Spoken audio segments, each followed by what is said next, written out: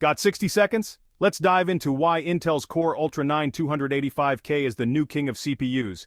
Meet Intel's Core Ultra 9 285K, the star of the new Arrow Lake series. This beast scored 566.88 points in Blender, a whopping 19% boost over the i9 14900K. Tech enthusiasts, rejoice. But wait, there's more. The Core Ultra 7 265K and Core Ultra 5 245K also showed solid performance, scoring 471.21 and 323.46 points respectively. Perfect for those wanting power without breaking the bank. Now let's talk competition. AMD's Ryzen 9 9950X still holds the edge with 598.7 points, but Intel's catching up fast. However, it's not all sunshine. The Core Ultra 9 285K hits a hot 101 degrees Celsius under load, nearing its thermal limit. Good cooling is a must.